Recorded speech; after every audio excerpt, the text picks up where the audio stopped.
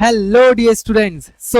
आज हम स्टार्ट कर रहे हैं हमारा फंडामेंटल अकाउंटिंग फॉर पार्टनरशिप, जिसमें हम पार्टनरशिप से रिलेटेड सारी चीजें, सारी डेफिनेशन, सारे रूल्स एंड रेगुलेशन एंड हमारे जितने भी अकाउंट्स हैं सब हम सीखने वाले हैं। एंड इनको किस तरीके से इनका ट्रीटमेंट्स होता है, हर एक चीज के बारे में हम डिटेल में डिस्कस करने वाले हैं। ये हमारी इंट्रोडक्टरी पार्ट होने वाला है, जिसमें पूरे चैप्टर का हम इंट्रोडक्शन पढ़ेंगे। और हाँ, इनके जो हैंड रिटन नोट्स हैं वो डिस्क्रिप्शन में व्हाट्सएप की लिंक दी गई है, वहां से आप ले सकते हो हैंड रिटन नोट्स जिससे मैं आपको पढ़ा रहा हूँ। एंड इसके साथ साथ जिस भी क्वेश्चन का आपको सॉल्यूशन नहीं आया इनमें, तो आप मुझे फोटो भेजिए, मैं उस क्वेश्चन का आपको सॉल्यूशन आपके पास भेज दूंगा, है ना। और कोई भी डाउट हो तो 24/7 आप अपने डाउट्स को सॉल्व कर सकते हो। किस पर? व्हाट्सएप पर, जैसा कि आप सबको पता ही है। और बाकी की डिटेल्स के लिए आप मैसेज डीएम हमें कर ही सकते हो। कमेंट करना बिल्कुल भी मत भूलना, और वीडियो को अभी तक लाइक नहीं किया है तो उसको भी लाइक कर देना। बिना किसी देरी के हमारे करते हैं सेशन को start. So let's start.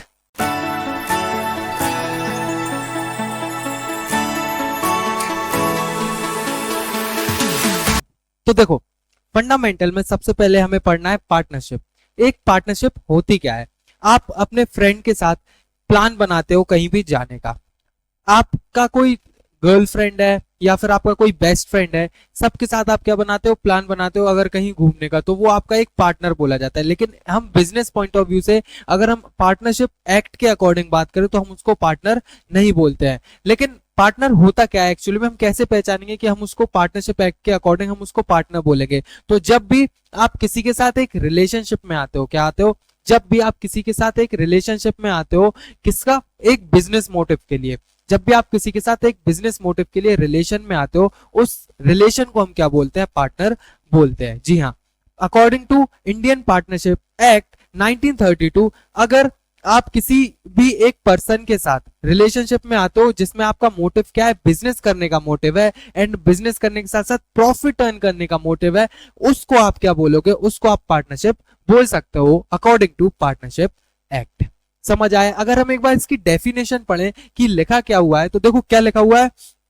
According to, one second, according to Indian Partnership Act 1932, partnership is the relationship between person who have agreed to share the profit of a business carried on by all or any of them acting for all। अभी मैंने आपको क्या बताया कि partnership एक relationship है दो लोगों के बीच में, जहां पे उनका मोटिव क्या होता है? जो वो एग्री करते हैं प्रॉफिट को शेयर करने के लिए, एंड उनका मोटिव होता है बिजनेस करने के लिए, जहां पे वो दूसरों के लिए भी, अपने पार्टनर्स के लिए भी काम करते हैं, उनके बिहाफ पे भी काम करते हैं, एंड इसके साथ साथ उनके साथ में भी क्या करते हैं? काम वो करते हैं। और डिटेल में हम पार्टनरशिप के बारे में अगर जाने तो क्या है हमारा? Uh partnership is the relation between two or more people to do trade or business. अब सबसे पहले आपको ट्रेड का मतलब पता होना चाहिए कि ट्रेड होता क्या है। तो देखो, अगर मैं आपको बता दूं ट्रेड का मतलब क्या होता है, तो जब भी हम कोई भी किसी भी कमोडिटी को, किसी भी प्रोडक्ट को खरीदते हैं और बेचते हैं, कोई एक बंदा, जब आप, अगर आप सामान को बेच रहे हो तो कोई खरीदने वाला भी तो होगा ना, तो बस उसी प्रोसेस को हम क्या बोलते हैं? ट्रेड इधर हम हमारा बोलते हैं। ठीक है, तो जब भी कोई दो पर्सन या दो से ज्यादा पर्सन एक रिलेशनशिप में आते हैं एक विथ मोटिव ऑफ ट्रेड या with motive of earning profit, तो हम उस रिलेशनशिप को क्या बोलते हैं? पार्टनरशिप इधर बोलते हैं।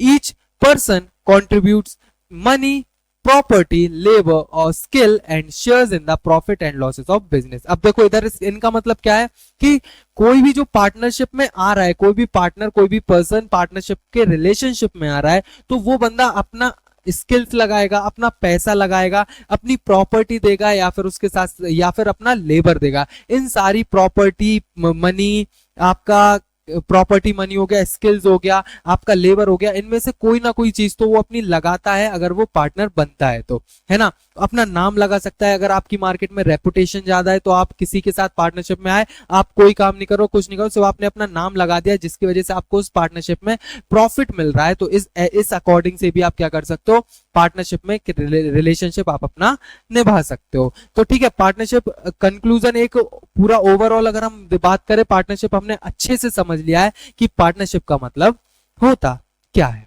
पार्टनरशिप का मतलब होता है, पार्टनरशिप एक रिलेशन होता है दो या दो से ज्यादा लोगों के बीच में, जहां पे उनका मोटिव होता है टू अर्न प्रॉफिट, और उनका मोटिव होता है बिजनेस करने का या फिर ट्रेड करने का, जहां पर वो पर्सन अपनी स्किल देते हैं या फिर लेबर देते हैं या फिर अपना मनी प्रोवाइड करते हैं या फिर अपनी प्रॉपर्टी प्रोवाइड करते हैं और या फिर अपना नेम, रेपुटेशन, गुडविल प्रोवाइड करते हैं, जिसमें वो अपने एक बिजनेस करने का या फिर प्रॉफिट कमाने का उनका मोटिव रहता है ना। समझ आ गया?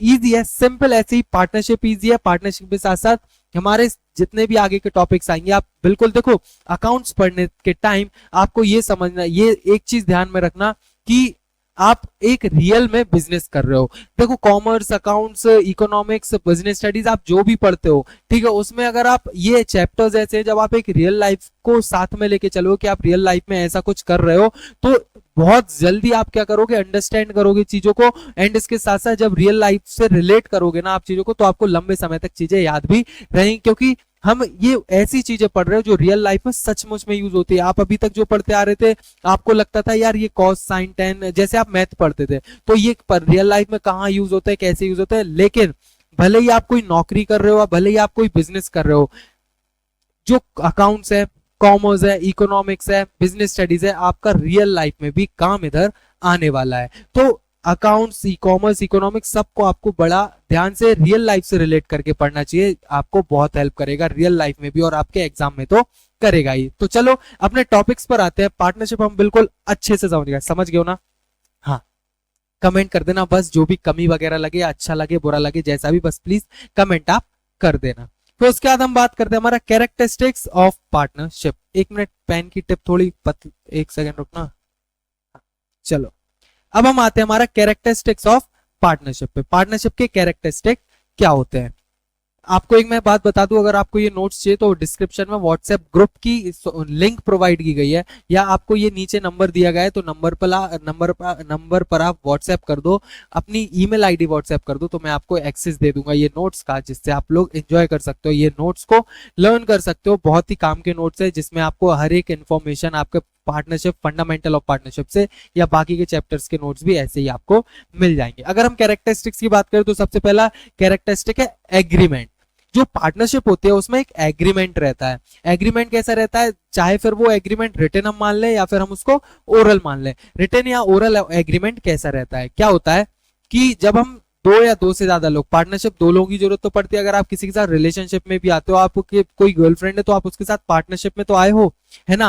एक एग्रीमेंट तो हुआ है, एक ओरल एग्रीमेंट हम बोल सकते हैं कि आपने उसको पहले प्रपोज किया, उसने फिर आपको हाँ किया, है ना। तो इधर भी तो एक एग्रीमेंट हुआ है, ओरल एग्रीमेंट हुआ है। ऐसे ही पार्टनरशिप होता है।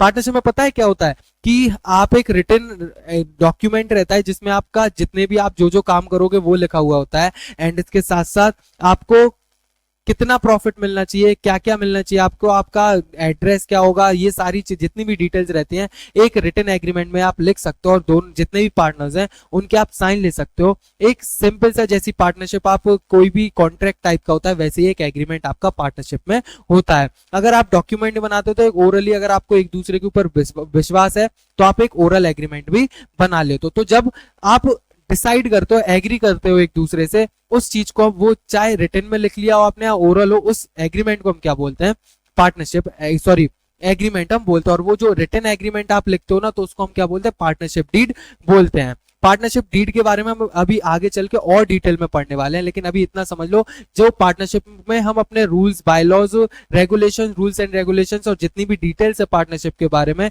जिस भी डॉक्यूमेंट में लिखते हैं, उस डॉक्यूमेंट को हम क्या बोलते हैं, पार्टनरशिप डीड बोलते हैं। और अगर आपका ओरल में रहता है तो भी क्या होता है, एग्रीमेंट तो आपका होता ही है। एक बार जल्दी से क्विकली हम एग्रीमेंट की डेफिनेशन पढ़ेंगे। Partnership is formed through a mutual agreement. दोनों की अंडरस्टैंडिंग से, दोनों एक दूसरे से एग्री होने के बाद ही क्या करते हैं, पार्टनरशिप में आते हैं। Which can be written in partnership deed. अगर हम लिखते हैं तो उसको पार्टनरशिप डीड बोलते हैं, या फिर ओरली भी हम एग्री कर सकते हैं। This agreement outlines the terms of the partnership, include profit sharing ratios, management roles and other essential aspects, जो मैंने आपको अभी एक्सप्लेन कर ही दिया है। अब जानते हो कितने लोग हैं, कितने, कम से कम कितने लोग हैं जो पार्टनरशिप में आ सकते हैं? एक ऑब्वियस सी बात है, कम से कम दो लोग तो चाहिए ही है ना पार्टनरशिप में आने के लिए। कोई भी रिलेशनशिप हो, किसी भी रिलेशनशिप में अगर आप जाते हो तो आप अकेले तो कोई रिलेशनशिप नहीं निभा पाओगे ना, क्योंकि पार्टनरशिप तो एक रिलेशन होता है, उसमें आपको मिनिमम दो लोग तो चाहिए ही पड़ते हैं। मैक्सिमम कितने चाहिए, अरे भाई आगे चल के बात करेंगे, मिनिमम पता चल गया ना, कितने है, मिनिमम है 2। अब आगे हम बात करते हैं म्यूचुअल एजेंसी। म्यूचुअल एजेंसी का मतलब क्या होता है, each partner acts as an agent for other partner. मतलब अब आप 2 पार्टनर हो, है ना, कभी आप, क्योंकि देखो बहुत से क्या करता है, एक पार्टनर पैसा लगाता है, एक पार्टनर काम करता है ना, तो आप एक पार्टनर अपने दूसरे पार्टनर के लिए एक एजेंट का काम करता है। एजेंट कौन होता है, एजेंट होता है जो किसी दूसरे बंदे के लिए काम करता है, जिससे दूसरे बंदे को भी क्या होता है, प्रॉफिट होता है। तो आप जब पार्टनरशिप में आते हो तो आप अपने दूसरे पार्टनर के लिए भी एजेंट रहते हो, और जो आपका वो दूसरा पार्टनर है वो आपके लिए एजेंट होता है। तो समझे क्या है इधर, मतलब है कि आप काम करते हो तो एक्ट करते हो as a agent to other partner. आप किसी और पार्टनर के लिए भी एज अ एजेंट क्या करते हो, एक्ट करते हो। And partnership itself, this means that the action of one partner can bind the entire partnership। अगर आप कोई भी गलती करते हो, अगर आप कोई भी ऐसा काम करते हो जिससे पार्टनरशिप फर्म को फायदा हो रहा है, तो अगर आपको फायदा हो रहा है, कोई भी ऐसे काम किया आपने जिससे आपको फायदा हो रहा है, तो आपके पार्टनर को भी इधर फायदा होगा जरूर। ये ध्यान रखना, थ्योरी पार्ट आपका बहुत ही इंपॉर्टेंट है। एमसीक्यूज वगैरह जो आते हैं वो इन्हीं से आते हैं। तो ईच एंड एवरीथिंग आपको पार्टनरशिप या थ्योरी पार्ट से रिलेटेड हर कुछ पता हुआ होना चाहिए, जिससे आपको इजी पड़ेगा कहां पर क्वेश्चंस को सॉल्व करने के लिए। तो ये मत सोचना ये फालतू की चीजें हैं, नहीं, थ्योरी पार्ट बहुत इंपॉर्टेंट है। अगर ये अच्छे से पढ़ लिया तो जो सम्स है ना वो बाएं हाथ का खेल है, इजिली आप कर लोगे, है ना। अब हम आते हैं हमारा अनलिमिटेड लाइबिलिटी पे। अनलिमिटेड लाइबिलिटी क्या होता है, तो देखो अनलिमिटेड लाइबिलिटी होते हैं जब हमारी लाइबिलिटी खत्म नहीं होती है। मान लो क्या होता है कि आप पार्टनरशिप फर्म में आए हो, अब आपका बिजनेस बहुत अच्छा चल रहा था, बहुत बढ़िया, अपन ने खूब प्रॉफिट कमाया, खूब पैसा कमाया, लेकिन एक टाइम ऐसा आया जहां पे एक पार्टनर की गलती की वजह से आपको नुकसान भुगतना पड़ा और आप लॉस में चले गए। आपने पैसा लगाया था 10 लाख रुपए, लेकिन अब आपको लॉस हो गया 15 लाख रुपए का, है ना। तो ये क्या है, ऐसा नहीं है कि जितना पैसा आपने लगाया उतना ही आपको लॉस भुगतना पड़ेगा, नहीं। अगर आपकी फर्म, पार्टनरशिप फर्म और एक्स्ट्रा लॉस में जाते हैं तो वो भी पर्सनली आपको क्या करना पड़ेगा, देना पड़ेगा, जितना भी शेयर आपका आता है। 2 पार्टनर थे 50-50 का, 10 लाख इन्वेस्ट किए थे दोनों पार्टनर ने, फर्म को लॉस हो गया 15 लाख का, तो 15 लाख का क्या होगा, आधा आधा होगा, 7.5 लाख 7.5 लाख दोनों पार्टनर को देना ही पड़ेगा। रीजन उसका ये है क्योंकि पार्टनरशिप में लाइबिलिटी क्या होती है, अनलिमिटेड लाइबिलिटी होती है। समझ आया, अगर आपको लॉस हो रहा है तो आपको पर्सनली वो लॉस भी क्या करना पड़ेगा, पे करना पड़ेगा, ये आपके ऊपर ऑब्लिगेशन आ जाता है। समझ आया।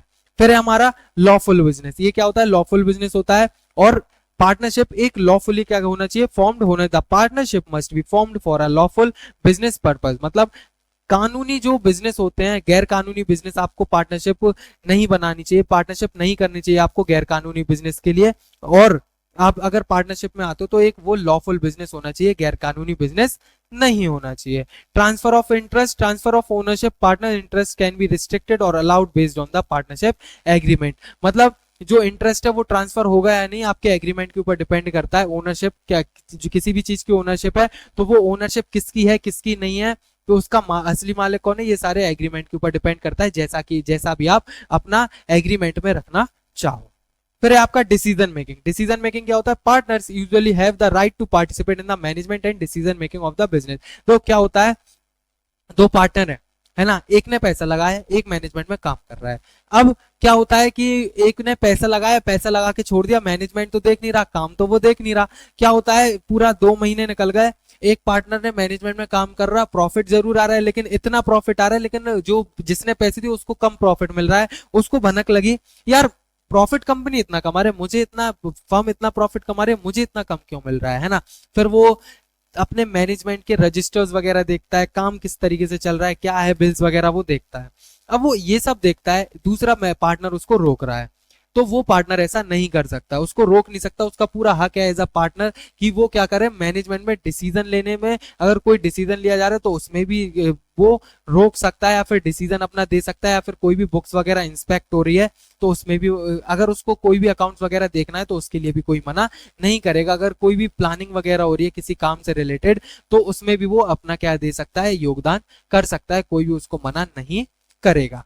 फिर क्या है आपका, फिर है आपका फ्लेक्सिबिलिटी। फ्लेक्सिबिलिटी का मतलब क्या होता है, लचीला, जो इजीली इधर से उधर क्या हो सकता है, टर्न हो सकता है। तो इधर पार्टनरशिप से रिलेटेड मतलब क्या है, क्या पार्टनरशिप फ्लेक्सिबल होती है, ऐसी ऐसी टेढ़ी मेढ़ी हो जाती है, नहीं।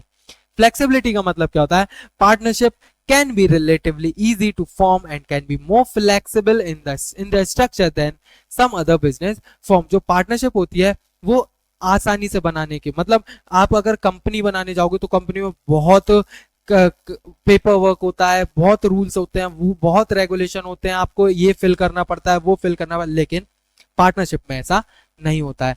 पार्टनरशिप आप इजीली बना सकते हो, कुछ ही मिनटों में आपकी पार्टनरशिप फॉर्म बन के तैयार हो जाएगी। करना क्या है, सिर्फ हाथ मिलाना है, डिसीजन लेना है और आप पार्टनर्स बन जाओगे। ऐसा भी होता है हाँ, लेकिन जो कंपनी बनाने में होता है ना, कंपनी में बहुत टाइम लगता है। तो इस क्या पता चलता है, अगर आपको बिजनेस खोलना है और जल्दी बिजनेस खोलना है, ज्यादा पेपर वर्क नहीं चाहिए, तो आप पार्टनरशिप के लिए जाते हो। और अगर आपको कंपनी खोलना है, आपको लंबे समय के लिए जाना है, तो आप कंपनी खोलते हो। लेकिन पेपर वर्क अगर आपको कम रखना है तो आप कहाँ जाते हो, पार्टनरशिप फर्म में जाते हो। और पार्टनरशिप इजीली क्या हो जाता है, फॉर्म हो जाता है इस comparison to company.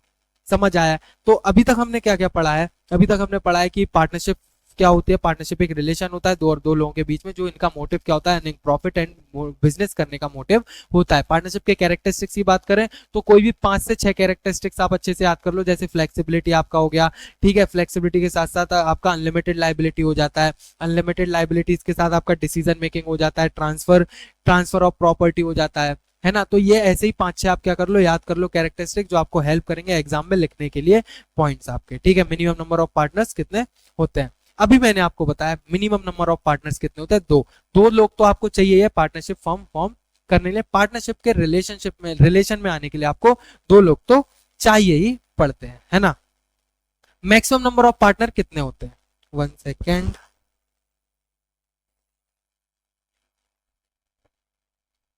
Maximum number of partner कितने होते हैं। मैक्सिमम नंबर ऑफ पार्टनर होते हैं, देखो मैं आपको एक्सप्लेन कर दे रहा हूं। पार्टनरशिप में मैक्सिमम नंबर कितने हो सकते हैं, 50 हो सकते हैं। ऐसा पार्टनरशिप एक्ट नहीं बोलता है। पार्टनरशिप एक्ट में इंफॉर्मेशन यार दी ही नहीं गई है कि मैक्सिमम कितने पार्टनर हो सकते हैं। उन्होंने ये बोल दिया कि मिनिमम 2 हो सकते हैं, मैक्सिमम के बारे में बात ही नहीं की गई है। तो फिर मैं ऐसे 50 क्यों बोल रहा हूं मैक्सिमम, तो सुनो क्या है। पार्टनरशिप में आप मैक्सिमम रख सकते हो 50, ये पार्टनरशिप में बात नहीं, पार्टनरशिप एक्ट में बात नहीं बोली गई है। ये बोली गई है हमारा the limit is set by the central government. ये लिमिट किसने सेट की है, ये लिमिट सेट की है सेंट्रल गवर्नमेंट ने सेट किया है कि कोई भी पार्टनरशिप फर्म में अगर 50 से ज्यादा क्या होते हैं, पार्टनर्स होते हैं, तो उसको इलीगल एसोसिएशन माना जाएगा। सेंट्रल गवर्नमेंट ने बोला है हमारे section 464 of companies act 2013 rule 10 में कि अगर कोई भी पार्टनरशिप फर्म में 50 लोगों से ज्यादा क्या होते हैं, अगर कोई भी पार्टनरशिप फर्म में 50 लोगों से ज्यादा पार्टनर्स होते हैं तो उसको एक इलीगल एसोसिएशन मान लिया जाएगा, है ना। इसलिए इलीगल एसोसिएशन मान लेंगे तो ऑब्वियस सी बात है, जब सेंट्रल गवर्नमेंट ने मना किया है तो जब हमें पार्टनरशिप एक्ट में नहीं दिया गया है, लेकिन जब सेंट्रल गवर्नमेंट ने 464 कंपनीज एक्ट में कि सेक्शन 464 में बोला गया है कि 50 से ज्यादा अगर कोई पार्टनर होता है तो उसको इलीगल एसोसिएशन माना जाएगा। तो इसका मतलब क्या होता है, हमारा पार्टनरशिप फर्म में या पार्टनर्स में जो भी जितने भी पार्टनर होंगे वो कितने होंगे, हमारे मैक्सिमम हो सकते हैं 50। अगर इससे ज्यादा होते हैं तो वो एक इलीगल एसोसिएशन मान लिया जाता है। अब बात आती है कि भैया पार्टनरशिप क्या होता है, आपने बता दिया। पार्टनर्स कौन होते हैं ये आपने बता दिया, उनका क्या कैरेक्टरिस्टिक होता है पार्टनरशिप फर्म का वो आपने बता दिया। अब मैक्सिमम कितने होते हैं वो भी आपने बता दिया। अब पार्टनर कौन बन सकता है ये भी तो बताना है ना, पार्टनर कौन होता है अब हम वो देखते हैं। तो देखो, who can be a partner, any one can be a partner except minor. हर कोई पार्टनर बन सकता है, तुम बन सकते हो, मैं बन सकता हूं, हर कोई बन सकता है। तुम बन सकते हो क्या, नहीं, क्योंकि बिलो 18 हो। अगर आप बिलो 18 हो तो आप पार्टनरशिप फर्म में या पार्टनर नहीं बन सकते हो। मैं तो बन सकता हूं, आप बन सकते हो, हाँ जी बिल्कुल। अगर 18 प्लस हो तो बन सकते हो, नहीं हो ना तो नहीं बन सकते हो, ठीक है। हर कोई पार्टनर बन सकता है सिर्फ माइनर को छोड़ के, वही तो मैं बोल रहा हूं, माइनर नहीं बन सकता क्योंकि बिलो 18 है। दूसरा आता है पर्सन ऑफ अनसाउंड माइंड। पता है कोई होगा फ्रेंड जिसकी दिमागी हालत ठीक नहीं हो, उसको बता देना दिमागी हालत अगर ठीक नहीं है तो पार्टनरशिप फर्म में एंटर नहीं कर सकता है, वो पार्टनर नहीं बन सकता है। फिर है आपका पर्सन डिस्क्वालिफाइड बाय लॉ, जिसको कानून ने बेदखल कर दिया कि भाई जाओ तुम पार्टनर नहीं बन सकते हो, तुम्हारे पाप इतने बढ़ चुके हैं, तुमने इतने फ्रॉड कर लिए कि हम अब तुमको भैया अलाउ नहीं कर सकते किसी भी पार्टनरशिप में आने का। तो भैया आपसे हाथ जोड़े, आप आगे से कभी भी पार्टनर किसी के साथ मत बनना। ठीक है, समझ आया? तो क्या है, एक बार सीरियसली पढ़ लेते हैं। हर कोई पार्टनर बन सकता है सिर्फ 3 लोगों को छोड़ के। कौन कौन है? माइनर पार्टनर नहीं बन सकता, अनसाउंड माइंड वाला जो बंदा है, पागल है, जो अनसाउंड माइंड है, वो नहीं बन सकता, एंड इसके साथ साथ पर्सन डिस्क्वालिफाइड बाय लॉ, मतलब जिसको कानून ने मना कर दिया है कि आप आगे से पार्टनरशिप में किसी के साथ नहीं आ सकते हो, तो वो क्या है, पार्टनर नहीं बन सकता है। समझ आया? अब अपने फ्रेंड के साथ शेयर कर देना पार्टनर कौन कौन बन सकता है, नहीं बन सकता, उसको बता देना कि तुम पार्टनर नहीं बन सकते, और रीजन इन तीनों में से आप अपने हिसाब से जो आपको बेस्ट लगे वो दे सकते हो। Right of a partner, partners के राइट्स क्या क्या होते हैं, पार्टनर कौन बनता है ये तो पता है, उसके हक भी तो आपको पता हुआ होना चाहिए, क्योंकि जब फायदा उठाने की बारी आती है उसमें आपको पता होना चाहिए कि आप कहां कहां से फायदा उठा सकते हो। सबसे पहला, पार्टिसिपेशन इन बिजनेस, बिजनेस में पार्ट लेने का आपका पूरा अधिकार है, भले ही आपका पैसा लगा हुआ उसमें या नहीं लगा हुआ, आपका बिजनेस में पार्ट लेने का फुल एंड फुल अधिकार है। कोई भी आपको बिजनेस में पार्ट लेने से मना नहीं करेगा। एक्सेस टू इंफॉर्मेशन, जब भी आप चाहते हो कि पार्टनरशिप से रिलेटेड आपको ये बिल देखना है, वो बिल देखना है, उससे रिलेटेड कोई भी इंफॉर्मेशन आपको चाहिए, हर एक इंफॉर्मेशन आपको प्रोवाइड की जाएगी, क्योंकि आपका पूरा हक बनता है।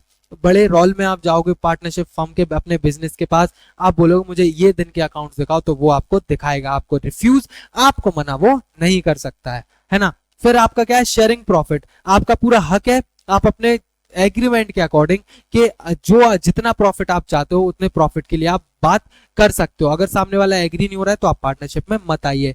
जितना प्रॉफिट आप चाहते हो, आपका पूरा हक है, आप उतने प्रॉफिट की मांग करो। कब?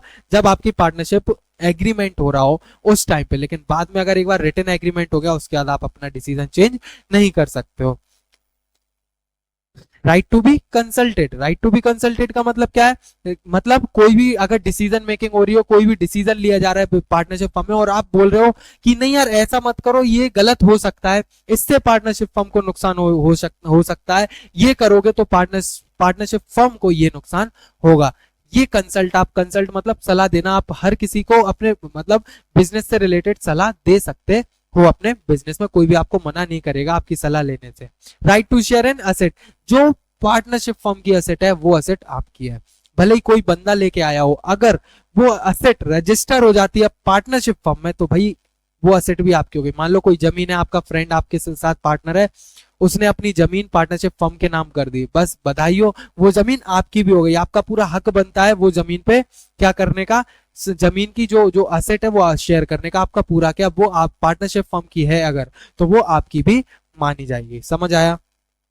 Right to retire, right to retire का इधर मतलब क्या है, जब भी आपका मन हो कि भाई हाथ जोड़ ले, मुझे अब तेरे साथ काम नहीं करना है, आप हाथ जोड़ के क्या कर सकते हो, फर्म से रिटायरमेंट ले सकते हो जब भी आपका मन चाहे। ठीक है, ये क्या थे हमारे राइट्स थे, किसके, पार्टनर के। राइट टू पार्टिसिपेशन इन, देखो एक चीज ध्यान रखना, जब भी राइट्स लगा करो ना तो उनके आगे राइट लगा लिया करो, जैसे right to participation, right to access to information, right to share profit. ठीक है, ये क्या होता है कि थोड़ा अच्छा लगता है ना, इनको लगाना मत भूलना। सो अभी तक अपन ने क्या क्या पढ़ लिया है भाई, अभी तक अपन ने पढ़ लिया है कि पार्टनरशिप क्या होता है according to Indian Partnership Act, फिर उसके बाद हमने ये भी पढ़ा उसके कैरेक्टरिस्टिक्स क्या होते हैं, फिर उसके बाद हमने ये भी पढ़ा कि पार्टनर कौन बन सकता है, 3 जो हमने देखे थे ना, माइनर, अनसाउंड माइंड वाला पर्सन और जो डिस्क्वालिफाइड बाय एनी लॉ है। ठीक है, उसके बाद हमने उसके हक भी देख लिए। अब हक के बाद मैंने आपसे बोला था कि हम आगे चल के पढ़ने वाले हैं पार्टनरशिप डीड के बारे में, कि पार्टनरशिप डीड होता क्या है, तो चलो भाई वो भी पढ़ लेते हैं हम यार। पार्टनरशिप डीड होता क्या है, पार्टनरशिप डीड का मतलब होता है एक रिटन एक्नॉलेजमेंट, एक रिटन एग्रीमेंट, एक रिटन एक्नॉलेज, एक रिटन डॉक्यूमेंट जिसमें पार्टनरशिप से रिलेटेड, पार्टनरशिप फर्म से रिलेटेड सारी डिटेल्स लिखी हुई थी, नेम एड्रेस वगैरह पार्टनरशिप का, पार्टनरशिप फर्म के नेम एंड एड्रेस, कौन क्या काम करेगा, किसकी क्या क्या लाइबिलिटीज है, किसका क्या हक बनता है, किसके क्या ऑब्लिगेशंस हैं, कौन कब आएगा, कितने टाइम आएगा, उसको कितना प्रॉफिट मिलेगा, कितनी वो कैपिटल लगाएगा, कैपिटल जानते हो ना, जो पैसा बिजनेस में लगाया जाता है उसको कैपिटल बोलते हो, तो कौन सा बंदा कितनी कैपिटल लगाएगा, कोई बंदा पैसा कब निकाल सकता है, सारी की सारी डिटेल्स जितनी भी रिलेटेड होती है पार्टनरशिप फर्म से रिलेटेड, वो अगर आप रिटन एग्रीमेंट बनाते हो तो उस रिटन एग्रीमेंट को बाबा बोलते हैं पार्टनरशिप डीड। इतना आ गया समझ? अब देखो क्या है ना, पार्टनरशिप डीड आप एक डॉक्यूमेंट में बनाते हो, एक वो सबूत बन जाता है फ्यूचर में। देखो जब पैसे का लालच होता है ना, जब आप पार्टनरशिप में आते हो, कोई भी कितना भी अच्छा दोस्त है, जब लालच आएगा ना पैसे का, तो फ्यूचर में लड़ाइयां तो होती हैं और जलने वाले बहुत होते हैं, तो वो क्या करते हैं, कान भर देते हैं, है ना, बातें बढ़ा देते हैं, दो दोस्तों को आपस में लड़ा देते हैं, है ना, जिससे फ्यूचर में लड़ाइयां होती है। तो बस उन्हीं लड़ाई को, उन्हीं डिस्प्यूट्स को सॉल्व करने के लिए एक बहुत ही बढ़िया जरिया आया है पार्टनरशिप डीड, जिसमें आपके फ्यूचर के जितने भी डिस्प्यूट्स वगैरह पार्टनरशिप डीड क्या करता है, उनको दूर करता है। क्योंकि भैया सबूत के तौर पे जैसा आपका एग्रीमेंट हुआ था वो सब आपके सामने लिखा हुआ है, आपकी जो भी लड़ाई है इसको पढ़ो और इसको पढ़ के अपने एक आपसी सहमति पे पहुंचो कि भैया लड़ाई का जो भी रीजन था उसको हमने सॉल्व कर लिया है, क्योंकि जो पार्टनरशिप डीड में लिखा हुआ है वही आपको मानना पड़ेगा, एक सबूत का काम करता है। अगर आप नहीं बनाओगे, देखो गवर्नमेंट नहीं बोल रही आप पार्टनरशिप डीड बनाओ, कोई फोर्स नहीं कर रहा है, वो आपको बनाना है वो बनाओ, नहीं बनाना नहीं बनाओ। अगर आप नहीं बनाते हो तो नुकसान आपका है, फ्यूचर में डिस्प्यूट होंगे, ये होगा वो होगा, और चोरी भी हो सकती है। मतलब चोरी कैसी, आपको धोखा दिया जा सकता है, लेकिन एग्रीमेंट होगा तो हर एक चीज का सबूत होगा और आप आगे के जो डिस्प्यूट वगैरह है इजीली को सॉल्व कर सकते हो। पार्टनरशिप डीड के बाद ऐसा नहीं है डिस्प्यूट्स नहीं होंगे, लड़ाई झगड़े होंगे, लेकिन वो रिजॉल्व भी हो जाएंगे क्योंकि हर एक चीज रिटन में लिखी हुई है। उसी को हम क्या बोलते हैं, पार्टनरशिप डीड बोलते हैं। कंटेंट्स क्या होते हैं एक बार उसको भी देख लेते हैं। Name and address of the partnership firm, name and address of all partners, जितने भी पार्टनर्स हैं, amount of capital to be contributed, कितना अमाउंट इन्वेस्ट कर रहे हैं, कैपिटल दे रहे हैं मतलब फर्म को, the account period of the firm, कितना अकाउंटिंग पीरियड कैसा रहेगा, मार्च से वो होता है ना, अप्रैल से मार्च तक चलता है, अकाउंटिंग पीरियड कैसा रहेगा वो, the date of commencement of partner, कौन सी डेट पे हो रही है, रूल्स एंड रेगुलेशंस, क्या रूल्स एंड रेगुलेशंस ऑफ मतलब बैंक अकाउंट्स के जितने भी रूल्स रिगार्डिंग कि बैंक अकाउंट्स के क्या क्या रूल्स होंगे, कब विड्रॉ कर सकते हो आप, नहीं कर सकते हो, ये सारी चीजें। प्रॉफिट एंड लॉस, उनका रेशियो कितना होगा, 50-50% होगा या 1/3 जो भी है। Rate of interest on capital loan, drawings पे इंटरेस्ट पे कैपिटल पे कितना कितना इंटरेस्ट, कितने परसेंट इंटरेस्ट आपको मिलेगा, बाकी की और भी डिटेल्स होती है जो पार्टनरशिप डीड में रहती है। ये मैंने आपको वो कंटेंट लिखा है जो आपको लर्न करना है, इजीली आप लर्न कर लोगे एग्जाम में। इसके बाहर से कोई भी एमसीक्यू, कोई भी थ्योरी पार्ट, कुछ भी इनसे के बाहर रिलेटेड नहीं आएगा, ये पढ़ लो पूरा चैप्टर तैयार हो जाएगा, है ना। फिर आपका importance of partnership deed, partnership deed important में बताया ना मैंने क्यों होता है, जैसा क्लैरिटी एंड ट्रांसपेरेंसी, हर एक चीज क्लियर होती है, किसकी क्या ड्यूटीज वगैरह और ट्रांसपेरेंट रहता है। डिस्प्यूट रेजोल्यूशन, डिस्प्यूट कोई भी लड़ाई झगड़ा होता है उसको हाल रिजोल्व हो जाता है। लीगल प्रोटेक्शन, लीगली क्या होता है, प्रोटेक्ट करता है, कोई भी लड़ाई झगड़ा होता है कानूनी तरीके से आप निपट सकते हो अपने डिस्प्यूट्स में। स्मूथ बिजनेस ऑपरेशन, सबको अपना अपना काम पता है, रिटर्न है किसका क्या काम है, तो बाद में ये नहीं होगा ये मेरा काम नहीं है, मेरा काम नहीं है, ये मेरा काम नहीं है ना। फॉर्मलाइजिंग एग्रीमेंट्स, फॉर्मलाइजिंग एग्रीमेंट्स का मतलब क्या है कि एग्रीमेंट बन जाता है तो कोई अपने काम से मुकर नहीं सकता है। अब अगर भैया पार्टनरशिप डीड नहीं बनाओगे तो क्या होगा, तो rules applicable in absence of partnership deed, अगर आपने पार्टनरशिप डीड नहीं बनाई है तो क्या होगा, तो ये होगा कि आपका जो प्रॉफिट शेयरिंग रेशियो है वो इक्वली डिस्ट्रीब्यूट होगा, 50-50, अगर दो पार्टनर तो 50-50% क्या करेंगे, बराबरी की हिस्सेदारी उनकी होगी, कोई भी शेयर में वो नहीं आएंगे। Interest on capital, interest on capital हम प्रोवाइड नहीं करेंगे, मतलब जो पार्टनर अपनी कैपिटल लगाते हैं उन पे उनको इंटरेस्ट तो मिलता है, वो इंटरेस्ट भी प्रोवाइड नहीं किया जाएगा, है ना। इंटरेस्ट ऑन ड्राइंग भी प्रोवाइड नहीं किया जाएगा। ड्राइंग्स क्या होता है, जब पार्टनर अपने पर्सनल ड्राइंग्स 11th में पढ़ा था ना, तुम्हें नहीं पता है ड्राइंग्स, 11th में तुमने भी पढ़ा था ड्राइंग्स क्या होता है, हाँ तुम्हें अच्छे से याद होगा क्योंकि ड्राइंग्स तो बहुत बच्चों को याद है। ड्राइंग्स जब आप अपने पर्सनल खर्चे के लिए आपने पार्टनरशिप फर्म से पैसा निकाल लिया गर्लफ्रेंड को घुमाने के लिए, ड्राइंग्स हुई ना, तो बस उन ड्राइंग्स पे आपको एज अ लोन जो आपने पार्टनरशिप फर्म से लिया उस पे आपको इंटरेस्ट भी पे करना पड़ेगा, और जब पार्टनरशिप डीड नहीं बनाओगे तो ड्राइंग्स पे आपको इंटरेस्ट भी पे नहीं करना पड़ेगा। ये प्रॉफिट है, लग तो रहा है।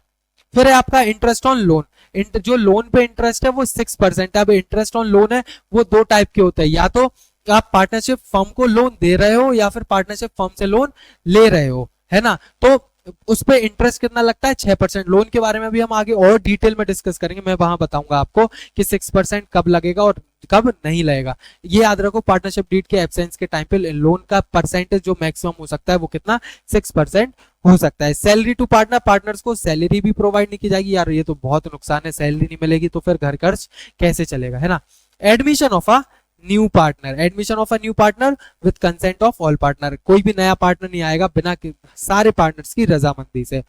पार्टनरशिप में पार्टनर तभी आते हैं जब सारे पार्टनर्स एग्री हो जाते हैं किसी भी पार्टनर को एंटर करवाने के लिए, समझ आया। एक बार अगर रिवाइज करें, अगर पार्टनरशिप डीड आप नहीं बनाओगे तो क्या होगा, सबसे पहला तो प्रॉफिट शेयरिंग रेशियो इक्वली होगा, उसके बाद इंटरेस्ट ऑन कैपिटल अलाउड नहीं किया जाएगा, इंटरेस्ट ऑन ड्रॉइंग अलाउड नहीं किया जाएगा, सैलरी हम पार्टनर को देंगे नहीं, लोन इंटरेस्ट ऑन लोन रहेगा वो 6% रहेगा, और कोई भी नया पार्टनर नहीं आ सकता है without consent of all partners.